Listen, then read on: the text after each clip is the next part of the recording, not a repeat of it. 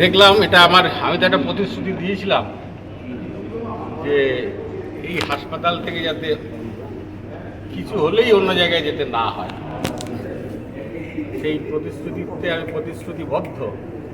আজকে আসলাম, দেখলাম অনেক সম্ভাবনা আছে, কিন্তু আগের যে সরকার ছিল তাদের আন্তরিকতার সদিচ্ছার অভাবের কারণে এটা সম্ভব হয়নি। তা আমাদের মাননীয় শুভেন্দু অধিকারী মুখ্যমন্ত্রী, তিনি প্রথমেই এই স্বাস্থ্যের ওপর জোর দিয়েছেন। সেই জায়গা থেকে আমাকে 1 তারিখের মধ্যে এই হাসপাতালগুলি, উপস্বাস্থ্য কেন্দ্রগুলির রিপোর্ট দিতে বলা হয়েছে।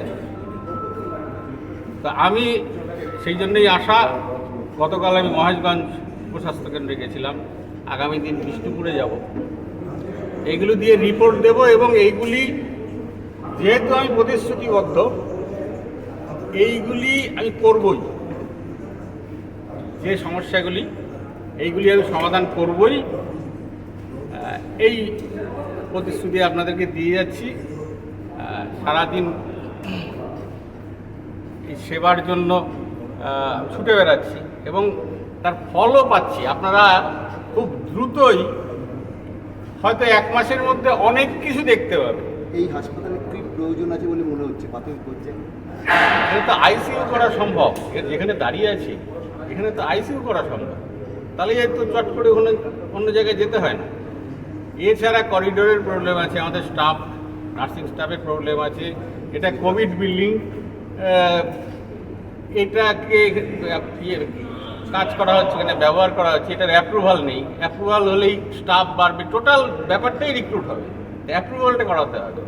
এছাড়া সুইপারের সমস্যা আছে, আমাদের আরও যন্ত্রপাতি, ইউএসজি, ইসিজি, এগুলো টেকনিশিয়ান ইসিজির দরকার আছে। ইউএসজিটা খারাপ হয়ে পড়ে আছে এবং ওটার রিপেয়ারযোগ্য নয়, তো সেইটাকে নতুন করে নিয়ে আসা এবং আরও যেসব যন্ত্রপাতিগুলো আছে সেগুলো আমি আরেকদিন আসবো, এসে ওনার সঙ্গে বলবো, বসে আমি এর একটা সার্বিক যাতে উন্নতি হয় তার জন্য আমি আপ্রাণ চেষ্টা করি। তাহলে কি নবদ্বীপ স্টেট জেনারেল হাসপাতালের মানোন্নয়ন হতে চলেছে, অথবা আইসিইউ এবং এসএনসিইউর মতো পরিষেবা কি আগামী দিনে মিলতে পারে?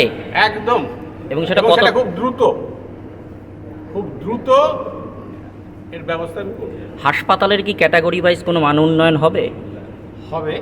এবার দেখুন, আমি এই মেডিকেলের এক্সপার্ট নই, আমাকে বুঝতে একটু সময় লাগবে আমার।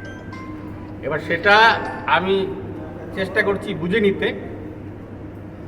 আমি একটু বুঝে নিতে পারলেই দপ্তরগুলো যখন ভাগ হবে, এখন তো সব দপ্তর ভাগ হয় নাই, একজন আমাদের 6 জন মন্ত্রী হয়েছেন, 5-6টা করে দপ্তর আছে।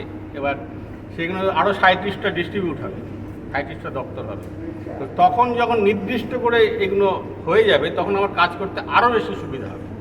এখন একজন মন্ত্রী 5-6টা দপ্তর যেতে, তো 1 তারিখের মধ্যেই আশা করা যায় দপ্তরগুলো বন্টন হয়ে যাবে, তখন আমার কাজ করতে আরও সুবিধা হবে। এবং যা দেখছি, রাজ্য সরকার কিন্তু একদম আন্তরিকতা দিয়ে দেখছেন, যে যা সমস্যাগুলো বলছে আন্তরিকতা দিয়ে সেগুলো দেখছেন এবং দ্রুত নিষ্পত্তি হচ্ছে সেগুলো। তাই সেই জায়গা থেকে আমি আশাবাদী। বলছি, নবদ্বীপে ব্লাড ব্যাংকের একসময় খুব নাম ছিল, এখন দেখা যাচ্ছে কিছু রোগী এসে রক্ত পাচ্ছে না। আর তো সমস্যা নেই, ওর দায়িত্ব আমার। আপনাদের অন রেকর্ড আমি বলে দিচ্ছি, কালকে ওখানে যখন হচ্ছিল, যারা ছিলেন স্টাফ তাদের আমি বলেছি, যখন ব্লাডের সমস্যা হবে আমাকে একটু ইনফর্ম করবে। আমাদের এই যুবক ছেলেরা আছে কি করতে, তো কালকে 90টা কালেকশন আছে, তার আগে 100টার উপর কালেকশন আছে। এখন আর কোনো সমস্যা নেই।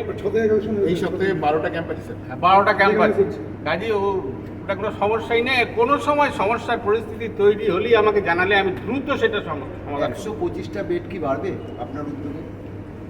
এখন তো আজকে বোধহয় 170টা পেশেন্ট, 166টা বোধ হয় আছে, 125টা বেড, 166টা পেশেন্ট আছে। তো বেড তো বাড়াতেই হবে। আর এটার যদি হয়ে যায় অ্যাপ্রুভ, হবেই, বলি অটোমেটিক সব ইনফ্রাস্ট্রাকচার তৈরি হয়ে যাবে।